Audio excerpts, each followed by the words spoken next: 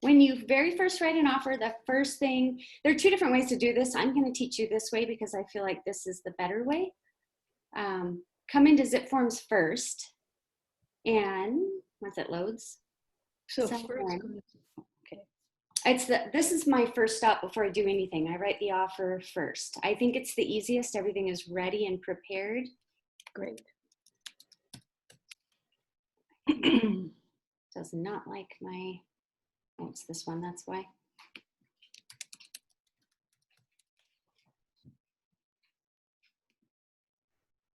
Why it's not letting me in. Maybe it's that one.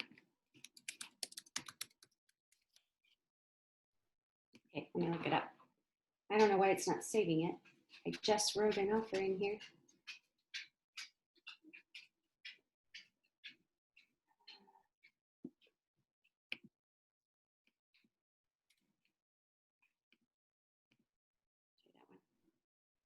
I think that's working. Okay, so log in. I sat down actually with Caitlin yesterday and we set up templates. So I would actually advise you to come in here and I'll help you set one up really quick. Click on, before you do anything in here, click on your templates button up here at the top, the second to the right, and make a new template. You should have at least two in there, one for a residential sale and one for a listing. You can do lots more. Also, if you're doing a lot of vacant land, new construction, whatever it is that you're doing that you specialize in, you could have one for those. But those two basic ones will help you. If you click this new button and choose new listing or new purchase, I will choose, we'll do listing first. I have a task list I can send over to you too that has these forms on it so that you can know which ones you want to pull in. Name it whatever you'd like it to be. Could be like basic listing, basic sale, basic residential, whatever you want it to say. Click your residential button unless you're doing something different in here. And then hit save. And this is starting a new template. So you're going to bring forms into here, over here on the right-hand side. Can everybody see this whole page, or is it in the way? I can't see the right side of the screen. Everybody's on the right side. Is that where you're looking? Yeah. Is that a little better? Can you see a little blue button now that says all forms? Maybe a little bit smaller. You might have to move your people box around. How do I do that? Just move it over here? Oh, there Yeah, we go. That's how that happens. Yep, okay, we're good. All forms, there they are. Thank you. You don't need to click parties, don't need to do anything else in here unless you want to. You can get really in depth with this if you want to. I'm kind of a basic person, just use what I use. So click all forms. You'll have this tab up at the top will change, depends on how many things you have up here. I think, Julie, you actually don't have access to KWPP forms. So I don't yet, no. Yeah, if you're paying for Zipforms outside of KW, you're not going to get the KW forms. Right. So if you're brand new and you come over or you come from another company, like she came from Redfin, so she already had a Zipforms signed up and you don't want to pay for it twice in 1 year. So just wait it out. But when you renew through the office or have the office, we usually set it up for you up front so you don't have to worry about it. Under normal circumstances, you will have ORA forms, you'll have RMLS forms, and the KWPP forms. If you start to become members of other MLS systems like Core, WVMLS, those will also show up in here. But those three are the important ones. And if you don't have KWPP forms, I can send them to you. So we're going to start in the ORA forms. First thing you want to put in here is a cover sheet. It's one of my favorite things. You also want the residential listing agreement. Everything is worded really weird in here. So if you were to just put in listing, you might not get it. Or if you wanted to put in like purchase agreement, things like that, not going to pop up because of the way that they have these worded. But residential usually works. And there it is. So if you grab it, if it's highlighted like that, it means that you've grabbed it and put it over here. It won't let you bring it twice. It's kind of a flaw. The other thing you'll need is a disclosed limited agency. So if you type in disclosed, there's always two of things that you can give to a buyer or seller. The first one's always going to be the buyer. Second one always going to be the seller. But if you highlight or hover over it, it tells you who it's for. So you can grab that one. So for listing, your seller disclosures are actually in the ORA forms. So I'm going to type in property and it will pop up. Here's the property disclosure statement. And there's also this addendum to properties disclosure. I cannot talk. Grab that one too, because that is an explanation of anything that they say yes to that has an asterisk on the main body of the seller's disclosures. So they may need that. They might need more than one form also. It also works, my dog is trying to get something behind me. It also works to just do a sheet of paper and have them write on that and attach it. That would work also. They just need to sign or initial it. So we're gonna switch back over to KWPP forms. This multi-page, if you just put in multi, you'll get both of them again, buyer, seller. We're gonna grab the seller one. And there's a photo release for KWPP. We'll grab that one, permission for photos. This one, I will never hold your file up for it, but I highly recommend that you use it. I think if that's all of them. Yes. Wait, I thought you had a question. So I think this is the basic forms, but I do have a task list that I can give you just in case I missed something in here. So we've set this up. Go into your cover sheet first and fill out just your own name in the listing broker section, because you're in a listing. So if you fill this out and then you bring it into an actual listing, this is always going to auto-populate in there so you don't have to repeat it every time. It'll save you a ton of time to make this template and bring it in this way and not have to repeat yourself every single time. And I'm sorry it does that. I can't turn that off. Don't put in selling broker, all the other things, because every listing is going to be different. Every seller is going to be different, and you need to put that in per transaction that you're doing.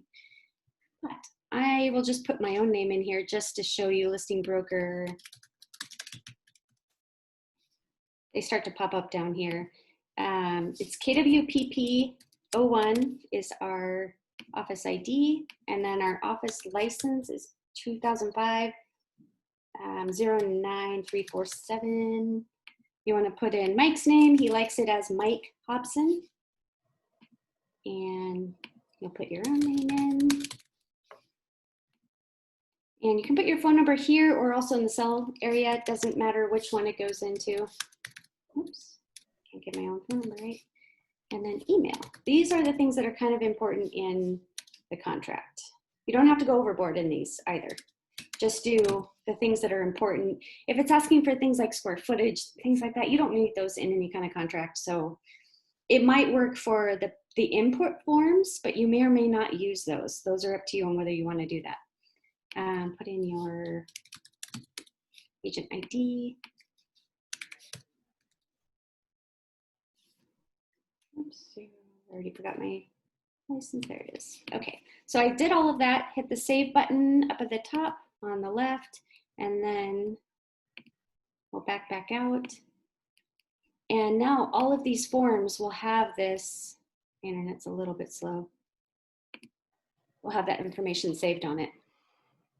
I actually pulled in a residential purchase agreement. Oops. So ignore that. I'm going to delete this later. This should be a listing agreement. We'll click on this one because that will fill in. So you can see up here, Mike's name came in, my name came in.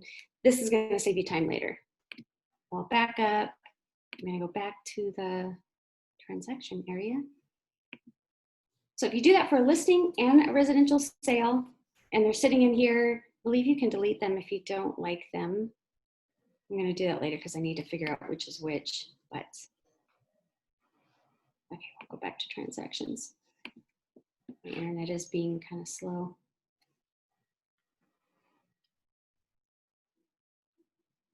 Come on.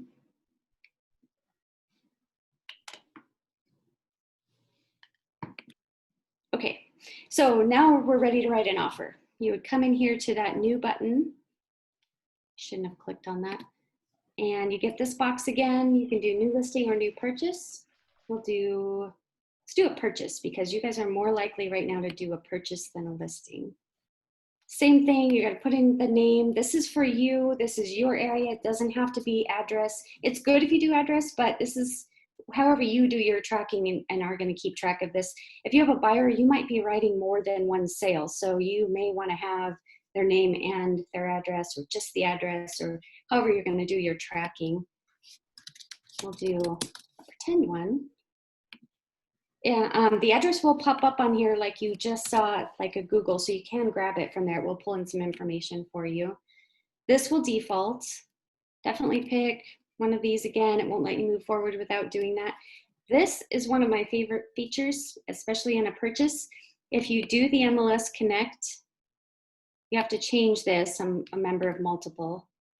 And then it will log you in. Put the MLS ID in here, and you can find it. And it will import the listing information, all kinds of information. Also speeds up time. Just like what you did with the template where your information's already in there. This is pulling everything from the listing agent to the homeowner, all kinds of information. And then just click Use Listing. I'm not going to actually make this. I'm going to back out of it. But you can grab your template from right here. So if you click on that, you see all the templates you made. If you grab one of them, I did this residential 2020, it'll bring all those forms in that I already have. Actually, I'll just do this and we'll see what it looks like.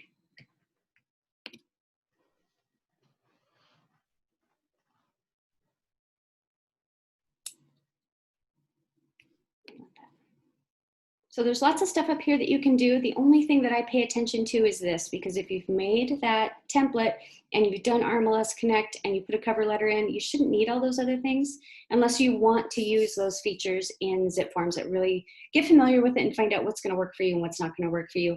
I'm kind of a simple, I just wanted, this is a means to an end for me. It's how I write offers. I don't do any tracking or anything in here, so I don't use the notes, history, I don't use any of those. I just go straight to the documents button, and all the documents just came in here, so I didn't have to go looking for them. And because you did RMLS Connect, if you click on one of these, that information did not import. It didn't work. Oh no. I wonder why it didn't work. Normally, it would have imported all the information for you. It did. We have to save it? Or? No, you can do it again here. It had to have been a failure in the system. But you can do it again right here where you pick RMLS, logs you in, do a listing ID. I'm just going to grab one and do find. And it pulled up this. So this is a house I wrote up a while back. We'll import that. And now it's all in there. So it just saved me a ton of time because it's all put in here. You are going to have to go in and check these little boxes.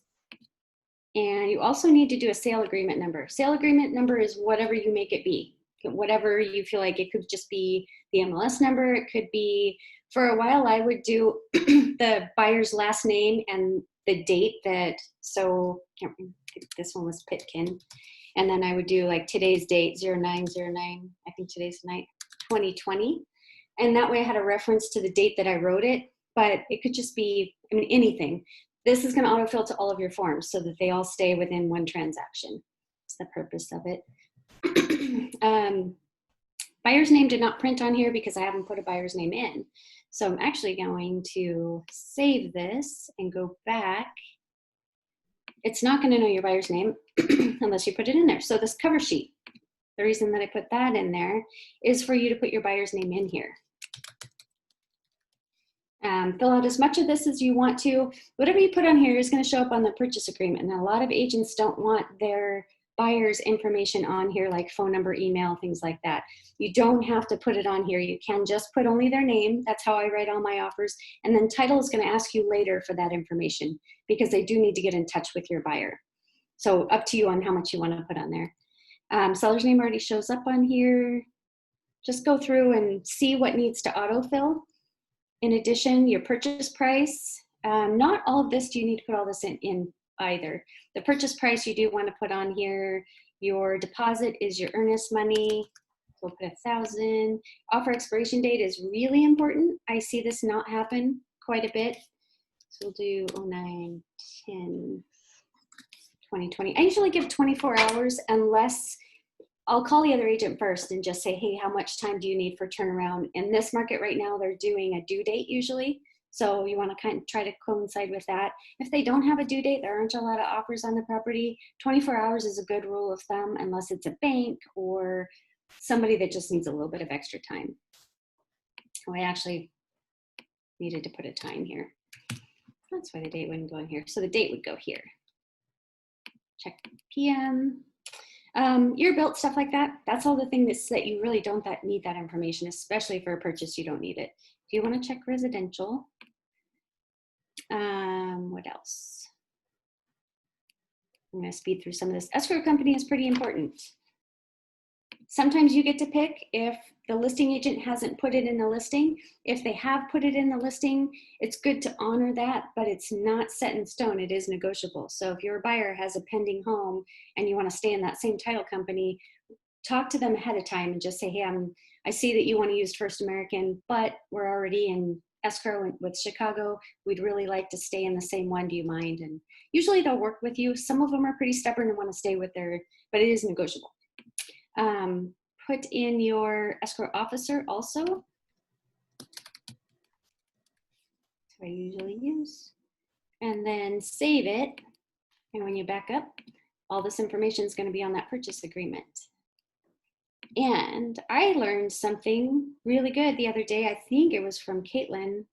I believe when writing an offer, I had an agent who said, oh no, it was Samantha Schroyer actually. She starts up at the top and tabs all the way down.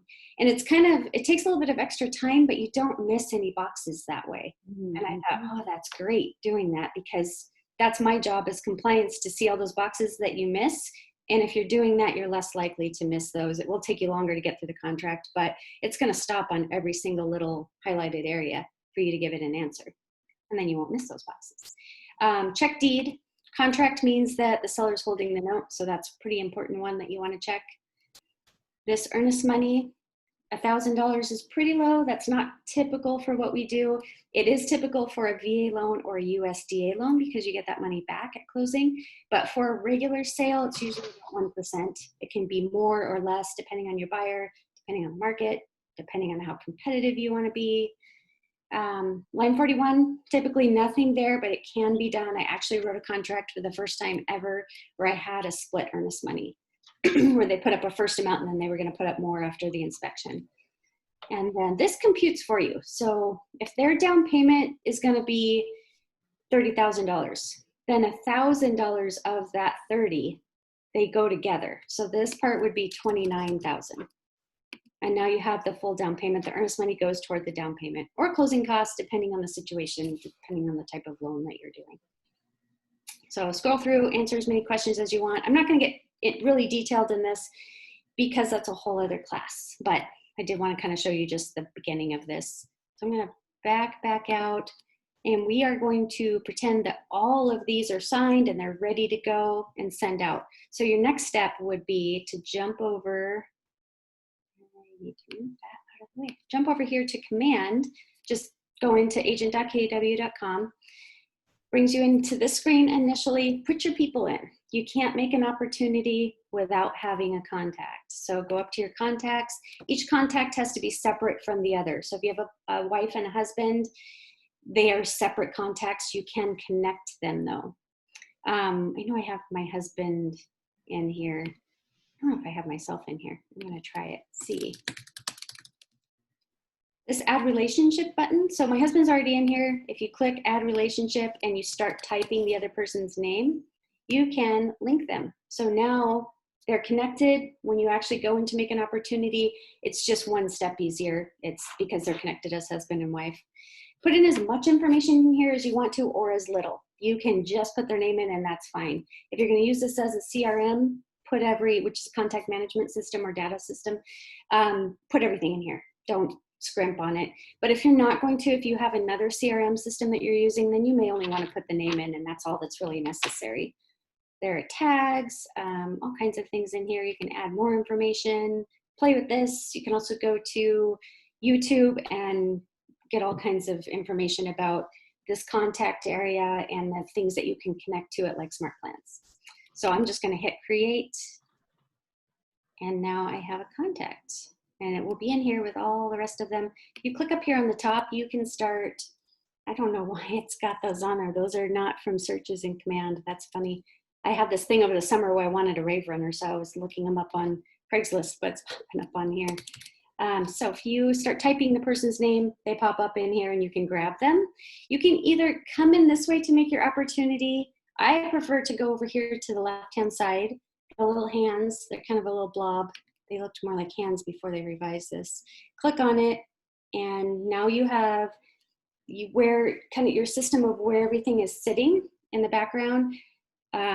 I don't follow this, but again, another area, if you're going to be tracking your sales, your potential sales, you're going to want to put these in the right places, and this is where they're tracking. For me, I just go up here to create opportunity, click that button, and you have 2 opportunity types up at the top left. These are just default, leave them the way they are. Click on that opportunity type, and we're either a listing or a buyer. In this case, it's a buyer.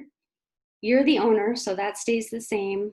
The client, if you click on that, nothing happens. You do have to start writing their name in. So we'll do Greg, and then if you come over here to co-buyer, because we're related, I pop up, which is really nice. Opportunity name, this is pretty important. You can leave it the way it is, but I'm probably gonna send you a message to ask you to change it or at least add in the property address for the property. So you can highlight it and make it whatever you want. It can stay with the property or the people's names if you want it to, just as long as the address is in there somehow. It makes it a lot easier for Heather to be able to pay you later, because when the check gets here, she doesn't know who it belongs to. It doesn't actually have your name on it. It comes from the title company and it has the property address on it. And then she comes in here looking for it based off of the property address. So it'll expedite getting paid. Down here, fill out as much of this again as you want to, depending on how much you're going to do for tracking in here. I just do the asterisk things. So commission rate, this is the commission that you will be actually making, not the full commission. So if you're on the buyer side, you're just going to do your 2.5 or 2 or whatever it is that the MLS listing is offering you. If you are on the listing side, same thing. You're only putting in how much you are actually getting paid. So if it's a 6% listing and you're taking 3.5%, then you're going to type in 3.5 right here. If you double end it, same thing, because you need to separate them. They have to be in 2 separate opportunities. So you're going to have one for the listing side that will show that commission rate, and one for the buy side that will have that commission rate. You're going to have 2 commissions that go through, because it's actually 2 sales for you that we're tracking, not just one when you double end. Does that make sense to everybody? Hopefully. If it doesn't, I can re-explain it. The listing and you're representing both, is what you're saying? Yes, yeah. You would need 2 separate opportunities for that, for tracking. Opportunity phase. This is, I do not like their wording in here. You can do cultivate, appointment, or active, and that's where they're sitting back here in the background. I always just pick active, but I'm not doing what you guys are doing with forecasting and chasing buyers and things like that. That's not my primary role. Once in a while I have sales, so I don't spend a lot of time with putting these things in the right places, but you guys probably will. I just pick legacy and then do create. And now you have an opportunity. So again, up here at the top, you've got your Zipforms where you just went and wrote your offer. There are going to be 3 tabs that you're going to be working in, or 3 pages, kind of 3 windows, I guess. You've got the Zipforms we already went into. We have command. This is opportunities. This is the holding space, the compliance area. It's where all of your forms are going to be sitting and how you turn them into me for compliance. It's kind of your folder. Back when we first started real estate, well, when I first started, we used folders, and that's what we actually turned into our reviewing brokers, was a folder full of paperwork. This is that folder, and there's lots of things you can do in here. So details, this is details about the property. You can click on this little pin and make changes in here anytime you want to. You have buyer profile. I don't play in here, but go ahead and you can do what you want to in here. This is not necessary. Documents, this is necessary. This is where all your documents are going to be sitting. It's also how you get to Docusign. So when you first come in here, this pick checklist type is really important, because you can't do much until you've done that. So come up here to, in this case, we're going to pick residential purchase. And then suddenly we have 3 new folders. Consultation folder, which for you to use, I don't go in there unless you've put documents in there. I will go in and review them when you submit them to me. Under contract is where you're going to put the bulk of your forms, and there are these slots right here where all of the forms go. They tell you if they're required or not and why they're required usually. Well, not on this one, it's just required because you can't write an offer without a purchase agreement. As you scroll through here, you'll start to see they become conditionally required and why they would be. You don't always have a counteroffer, blank addendum. You don't always have those. Don't always have repair negotiations. So as you get further down, they get less important. If you have extra forms, up here is an add item button. So if you were to click on that and you had, say you have more addendums, or you have maps, or you have receipts from work that's been done, anything and everything needs to come into this file. This is your holding place for every single thing that goes on in this. Even your notes from the transaction really should be going in here. CMAs, just anything and everything. You get to name it whatever you want it to be. You can pick a name you've already said, or just say addendum, whatever you want it to be. And then there's another button down here where you choose the type.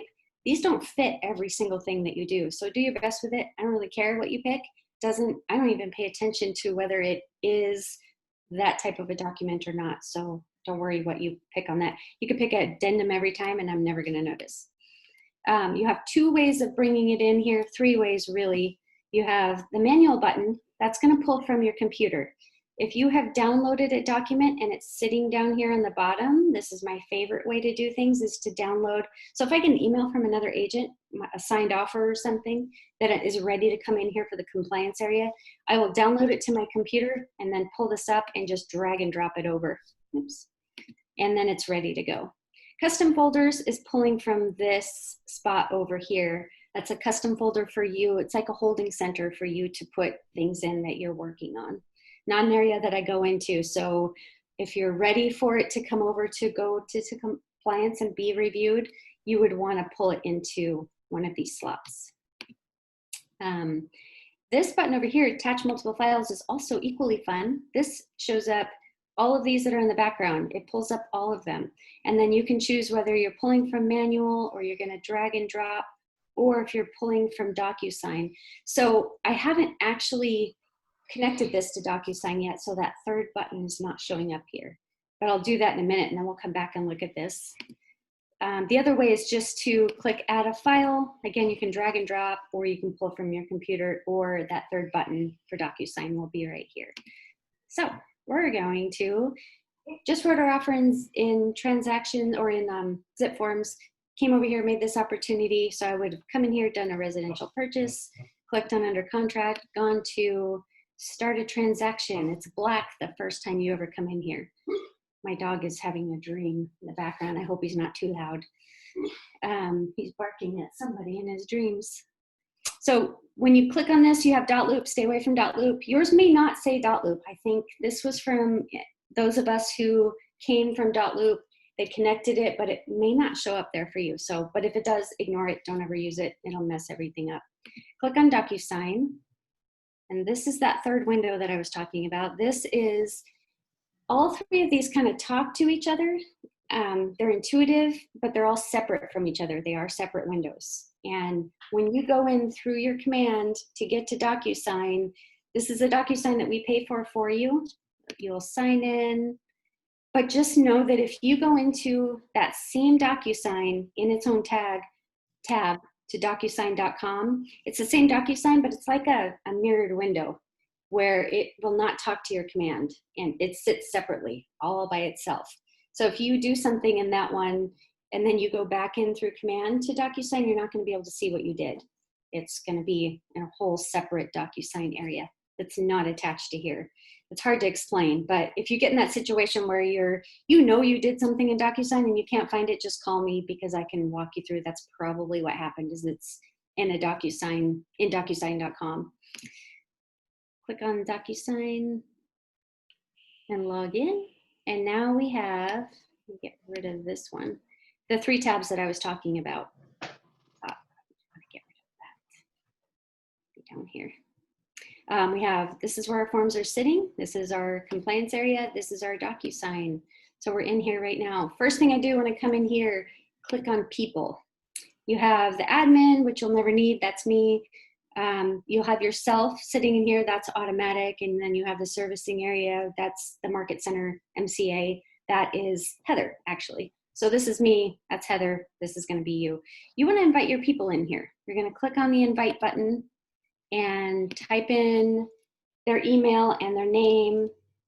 If you've already put them in here before, it's going to remember who they are. Actually, you can do it by person too. Do that. It should, oh, it's not remembering him. So I have to put it in all the way. But type their information in. This is going to send them, doesn't send them an invitation, but it does send them a notification saying that they've been added to a room. So you may or may not want to tell them, hey, I'm adding you to this room. You don't have to click on that. Don't worry about it. I did actually have a client who I was getting ready to write an offer for this week, and he's super fast on top of it, or a couple weeks ago, super fast on top of everything. So as soon as I added him to the room, he tried to go in and sign documents that weren't there yet because I hadn't filled them out, hadn't even had a chance. So sometimes they're going to be super fast. You may want to warn them. Transaction side, buyer list, either one. Oops. And then the role client.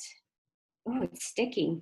I told Caitlin yesterday that this would not stick for me, and now it's sticking again. So it had to have been a glitch. If it's not sticking for you, move forward anyway, because it probably is. It's just doesn't look like it's staying in the client role. And then do invite. So that just sent my husband a notification he was invited to a room in his email. You want to bring in your clients in here. You don't need to bring in lenders or title companies or the other agent. Just you or just your clients. And then sometimes you're going to need to bring Mike in here. He needs to sign broker demands. So you'll want to invite him also. But for now, we're just going to do these few people. So now we're set up with their signatures, and then jump back over to documents up here on the left. And now you're in the document area where you can either drag documents in if you have something, if you're going to get a purchase agreement signed that maybe it's your listing and somebody sent you an offer and you're going to bring it in here for signature, you can drag and drop it. Or this blue button up here on the top right, the add button, click on that. You can pull from your computer. Ignore this, doesn't work. They told us it was going to work a year ago and they never set it up. So there are a few forms in there, but I would ignore it. You can use it if you want to and play with it and see how much of it works, but not all the forms are there. Zipforms. This is the way that I'm teaching you guys. Click on the Zipforms button. And here's all of the offers that I have or transactions that I have in Zipforms. This is the most recent one that you did is going to show up at the top. So I'm just going to grab that and link it. And you have to link twice. And then every time you go in here from this point on, you will always have to click this button, and you can either pull from Zipforms library and pull forms in and fill them out in here if you want to, but it's so much easier to go into Zipforms the way that I've taught you and fill them out there, because in the future, they're already, everything, all the information you need is in there. So when you're gonna need an addendum or something, you go in, click addendum, pre-filled out, write your verbiage, come back over here, click linked transaction, and now all of your forms in that transaction are sitting here for you to grab. You can do select all. You don't need the ORIF cover sheet though. So I would take that one off and then click add, and it brings all those documents over in the signed condition that they are sitting in your transaction. Any questions so far? I know I go kind of fast. You are fast. It is tape though, so you can watch it later, and it's so much easier when you do it, when you actually sit down and go through a transaction and you're the ones that are doing all of this versus watching me do it and then try to go do it later. So here's all the forms. They're sitting in here ready to go. If you hover over them, you see this little button pop up here, so you can grab them individually, or you can come up here to select all. I'm going to select all. We need all of them. And all of these widgets just popped up in here. So you can do all of these different things to this. This is the one that you want though, the Docusign button. So we'll click Docusign. And you wait. What's happening right now is that it's putting all of these forms together in a big long run-on document and getting them ready for signature. So they're sitting in here. Go to add recipient down here on the bottom. Click room participants, because we added our people in. They're sitting in there waiting for us to grab. And then grab anybody that you need to sign this. You won't ever be picking me or Heather in here. You're just going to ignore those. You might pick Mike though. And then do add selected. And you can, this always says needs to sign, but there might be a case where you're sending something to more than like 3 people in here and only one of them is getting it to view, make sure you change that person to needs to view or receives a copy. Sorry, make sure it says receives a copy. Because if you leave it needs to sign and they don't really need to sign and you send it off and the other 2 sign, this will never come back to you. It will be in limbo forever because the third person, it thinks they need to sign, but there are no signature spots, so it will just never come back. You can go in and fix it, but just try to remember that or send it to them separately. I feel like that's the easier way to do it, that rather than trying to do it right here. So we're going to leave it needs to sign and click next up on the top right. And now we're getting that run on document.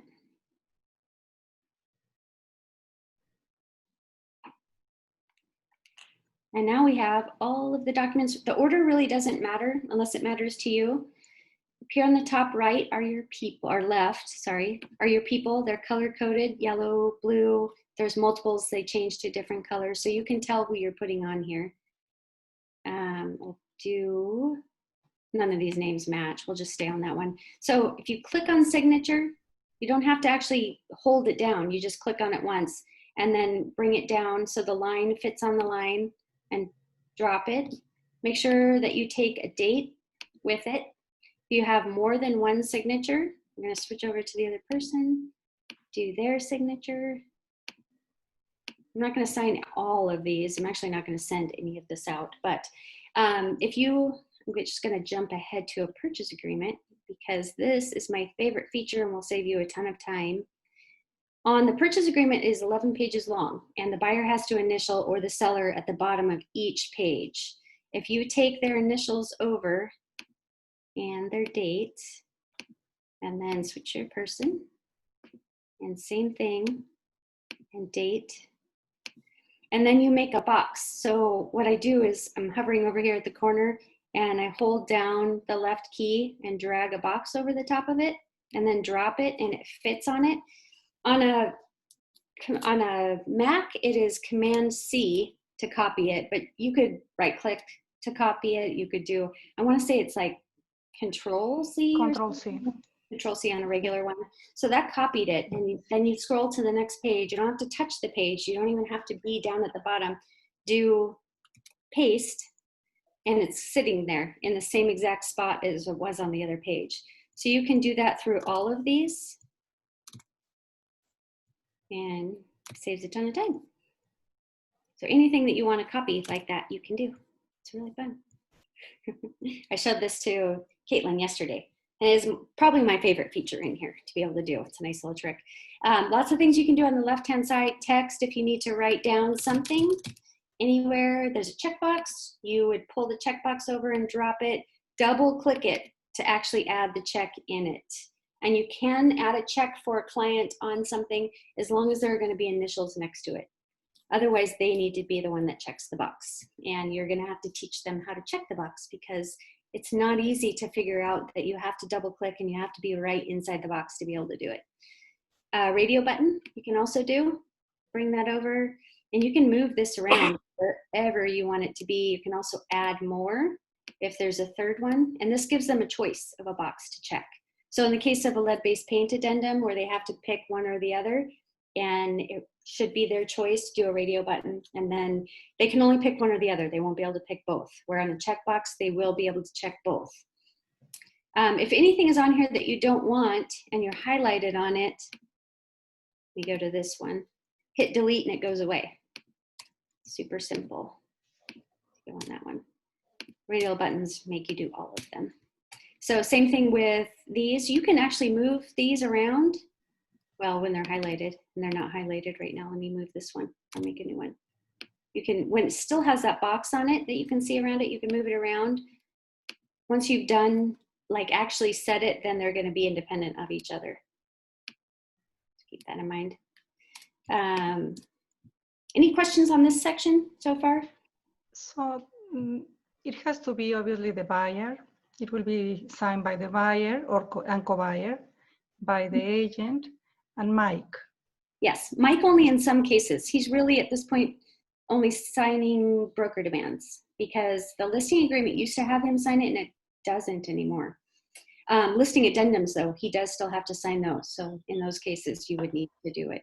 You'll see on there, it will say participant, that's Mike, or principal broker, that's Mike. And if you ever have questions on what something is, just call or text me and say, is this Mike's signature or not? It's not a bad question to ask me. Normal question. I get asked a lot. So you can scroll through this and just make sure you've got everything, all your boxes are checked. If for some reason you forgot a box in the Zipforms area, say like this one doesn't have a checkbox, you can drop one from here and check it. So don't be afraid that, oh my gosh, I forgot to do that. Now I have to go all the way back over to Zipforms and do it all over again. You can do it in here. One thing to keep in mind with the Zipforms though, Docusign, because they all work together, they're intuitive, they all know each other, they're friends between them. If you have already pulled a form over from Zipforms into Docusign, Docusign knows you already did it and won't let you do it again. The workaround for it, I'll jump over to this area, is if you have like this, not that addendum, a regular addendum that you would pull in here, and then you pull another one in here, it thinks that the word addendum, it's already got it in there. So just download it to your computer. There's a button up here that says save as PDF, and then it will drop to the bottom, or you can save it to your computer, and then you can come over to Docusign and drag and drop it in. And I'm not going to send this, so we're going to back up. I'll show you where to do that at.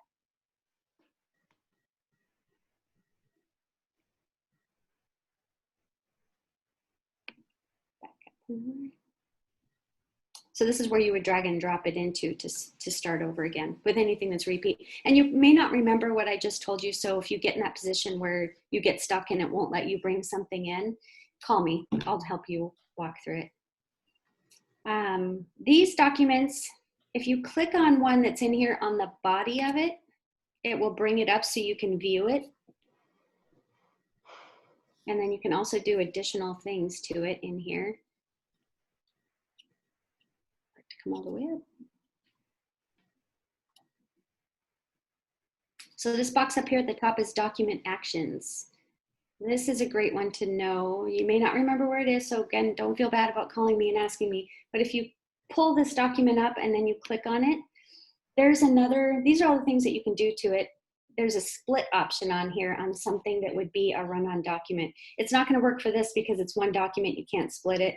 If it's a regular PDF form where you have the purchase agreement and the pre-approval and all these different documents and you want to have them separated, they need to be separated to upload to me. That split button in here, you would click on that and then it walks you through how to split it. And it leaves it in the run-on document, and then it also puts it out on here. I'm gonna click out of here. It'll have all of them separated in here with however you labeled them. So that's a great, that way you don't have to put it into the scanner and scan them all individually and then upload them. That will save you a ton of time. Any questions on that? Yeah, I was just curious, do you think it's wise to always just put an initial box next to the check marks just so that there's no confusion later on whether or not they think that they did or did not put the check mark in them? In most cases. And if you're ever questioning, should I do it? Then do it.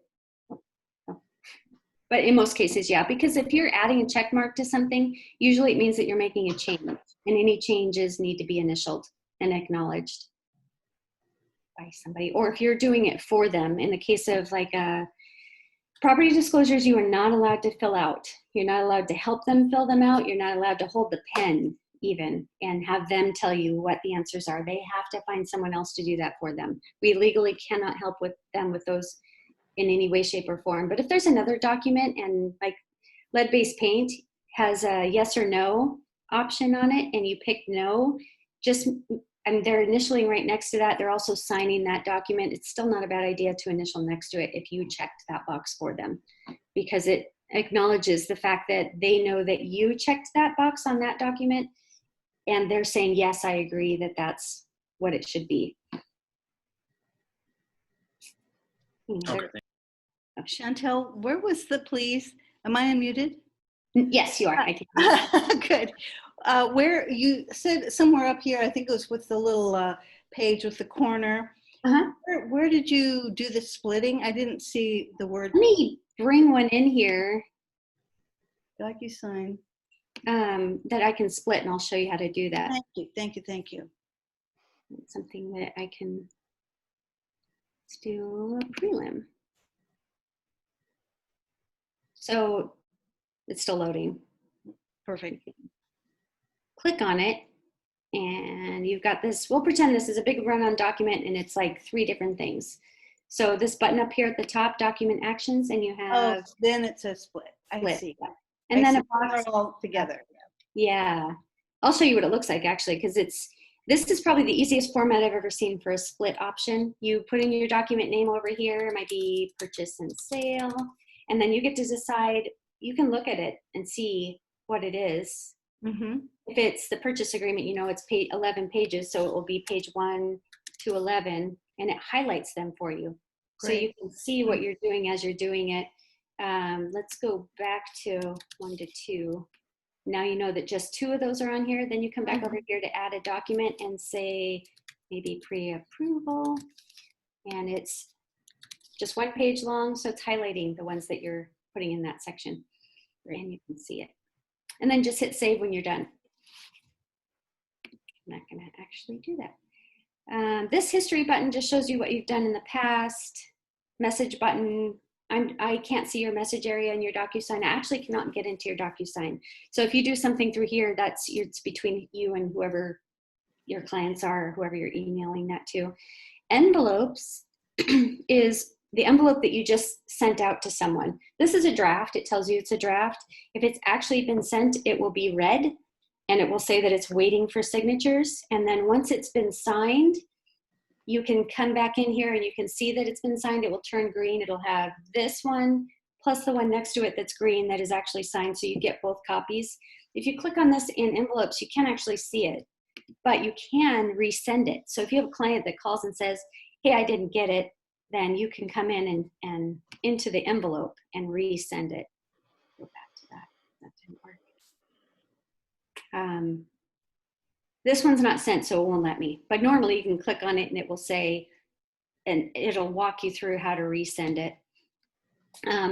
I come into documents when I know something has been signed around. You come back to documents and it will be sitting in here. You can see these little marks that it gives you. The red one or the blue one, nothing's been done with them. Well, the red one, it actually technically is red when it's been sent out. And you're gonna have 2 copies again. The green button is gonna mean that it's been signed. It's all the way signed around. So that's the version that you wanna come back in here. We'll pretend this one is green. You'll click on just the green one, and then you can download it to your computer. I think you can email it from here too. I've never tried it. You can move it. You can do all these different actions. Keep in mind that if you have a couple documents in here, maybe a pre-approval and a purchase agreement you want to send off to a listing agent, if you click both of them and then you go to download, it's going to zip them, and they're a pain in the butt. Oh, So I hate zip files. If you like zip files, that's fine. The other agent may not be able to open it though, so I don't recommend ever sending a zip form. I would just do them separately. Do one at a time. Just click that, do download, and here it is sitting down here on the bottom. So then you could actually go over to your email, start writing your email, and drag and drop your files in here. And then they stay in downloads on your computer, but they're not in a file. So you should be saving all of your records outside of the command area in addition to putting them in the command area. I know most people don't, but we are required to keep copies. So, I mean, if you leave KW and everything is sitting in command, and then 2 years from now you get audited and you have to come back for all those forms, it's going to be a pain in the butt to get a hold of them, because it's hard for us to get in. Well, no, it's not hard. I can get in there and get them, but it's going to take some time for me to get into all of your files. And I am noticing that I cannot, when I'm doing reviewing and I'm looking up people's names, some of those things, I looked up for something for Jana this morning and I tried by name and it was missing. It doesn't give me access to everything that way. I have to know the property address. So keep track of your stuff outside of command too. Do like an external hard drive, or maybe you want paper copies and you want to keep them in paper files. Just some way of outside tracking or copies in addition to that command area. What else can I think of in here?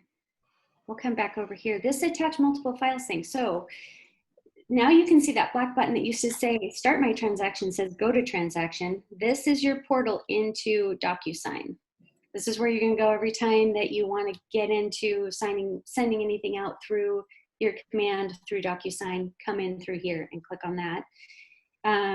But since I have now connected it to Docusign, if I click on attach multiple files, now we have a Docusign button. We have that third button. Same thing applies for the add item button. You have Docusign button. It won't appear until you connect it. And add comment is how you and I are going to communicate. So you'll just write a message to me and hit add reply. And then now you have a little message center over here. If it has a red dot on it, it means you have a new message from me. Same thing, if you send me a message, it'll have a red dot, so I know I need to look at it.